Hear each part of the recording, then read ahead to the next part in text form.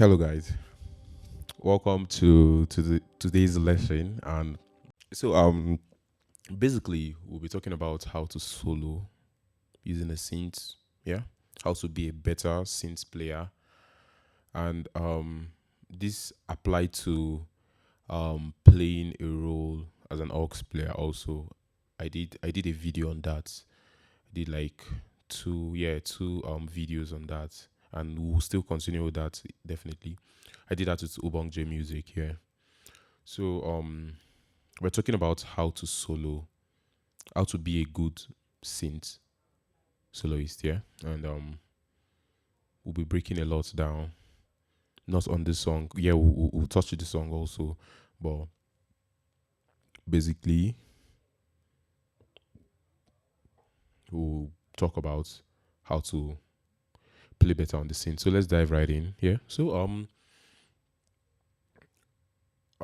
the synth okay being being able to solo as a synth player is being able to solo better or being able to be a very good synth player is very important because many people have that problem. They don't know how to approach. I do get a lot of messages saying, please, how do you approach playing the scenes and all of that? Yeah. So so one of my secret is um listening to my favorite synth players, and from my play you know that my top the top person I listen to is Gordon Hillary Hughes play. Yeah, Sir Hughes play. So you should know that, yes, that's the person I mostly listen to. And wanting to solo good on the piano, like wanting to solo, like playing the synth on the piano, yeah, you have to listen to a lot.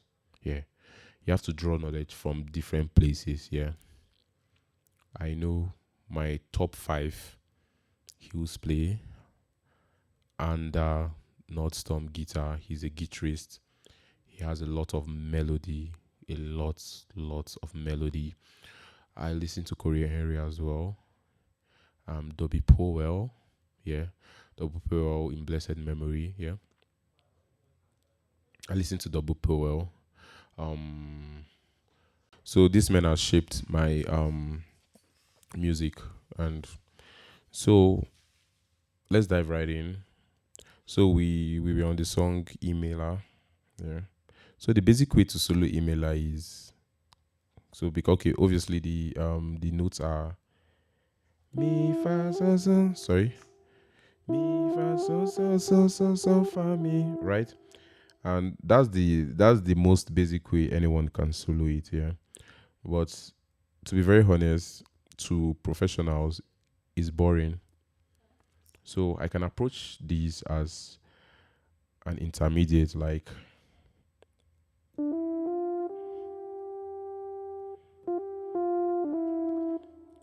that's level two.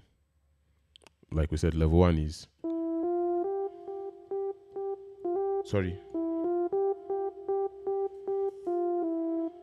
level two. So so as not to make it boring, we hit the notes before, but it sounds in milliseconds. So you get it, right?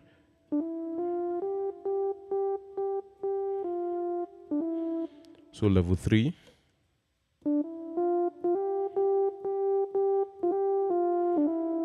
So it's like what if you're soloing this on the grand piano, it sounds like a grace note. Yeah. So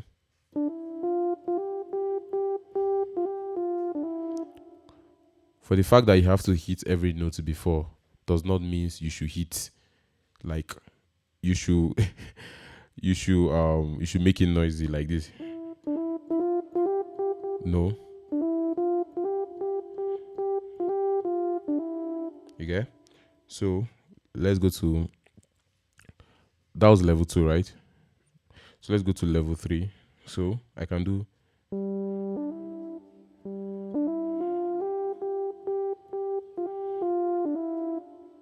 what I can do.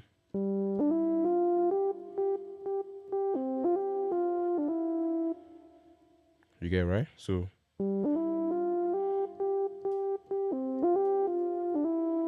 So these are adding colors, like hitting notes that are related to, because one thing about playing the aux, one thing about soloing on the synth, you have to be very familiar with your pentatonic scale.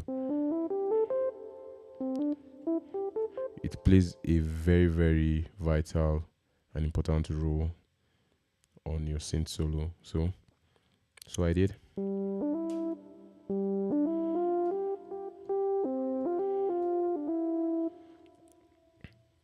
You get that right? So our our basic note was mi fa so fa mi, but in between I've hit so mi fa so do. So to make it more interesting, going to level 4, this is where our modulation and pitch bend come in. Yeah. So as to give it more juice. Yeah, more juice. So more juice, which we apply the modulation. You guys obviously know what the modulation is for. Is to give the synths vibrato. Yeah.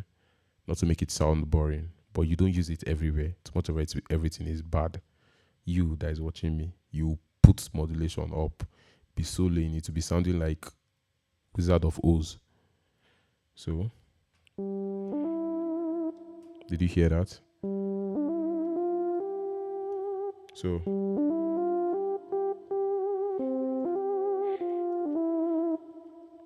So, one thing I do is, if I'm dwelling long on a particular note, I use the modulation. Yeah. So it helps me make sure that note is not boring, because I can. What if I play? Nah. Staying on that note alone is boring. Then staying on it for long is more boring. So I do. Yeah, that.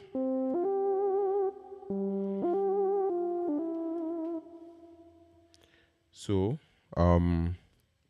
there's a lot of space before the. So what should happen there? To me, I'm going to play a lick or any melody that comes to my head. So this is synth playing. It involves a lot of pitch bend and modulation. It's not piano. So if it's the piano, do have a piano here. Please just hold on. Let me put. So if I have a piano and this is the melody that comes to me. So if I do, so I need to do this melody. That's for the piano, but if I do it with this synth, it will sound. So I prefer to do. So that's the use of the pitch bend and the modulation on this part. Do you get? So I needed to do this melody. So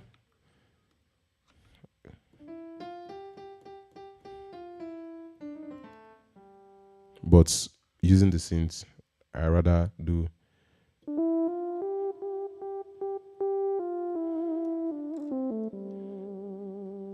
Do you get it? So I did without the pitch bend, but so it's going upward and downward in 2 nanoseconds. Do you get that? So I did.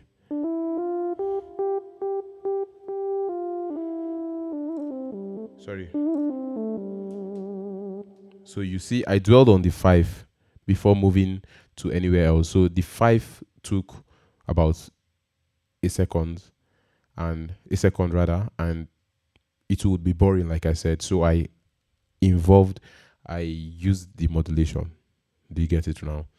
So modulation are obviously to give vibratos to a particular note you're staying on for long, yeah?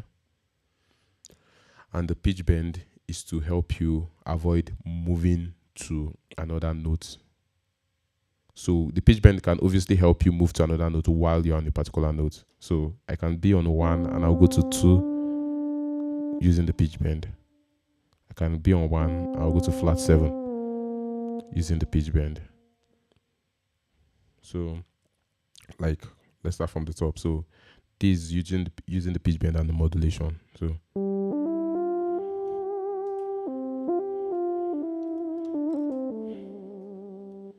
you get it? So,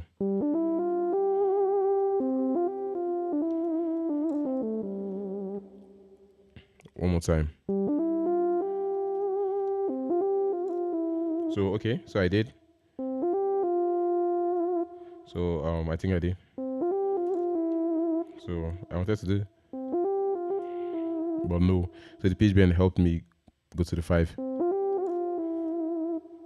So, all of this thing I'm doing with the pitch bend and the modulation is just to add more colors to the solo, so your solo won't be boring.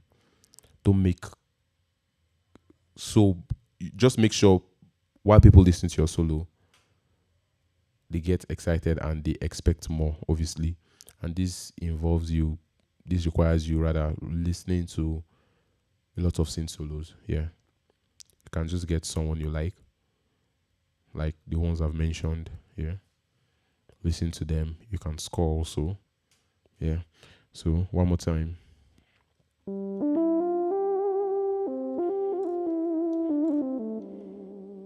You can hear that, right? So it won't be boring. Like, just imagine me playing. Nah, you will sleep while I play, but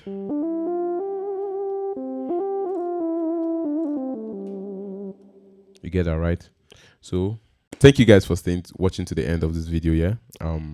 So I'll be discussing the other parts of the solo, and I'll be talking about the modulation and the pitch bend in my next video. So see you at episode 2. Thank you.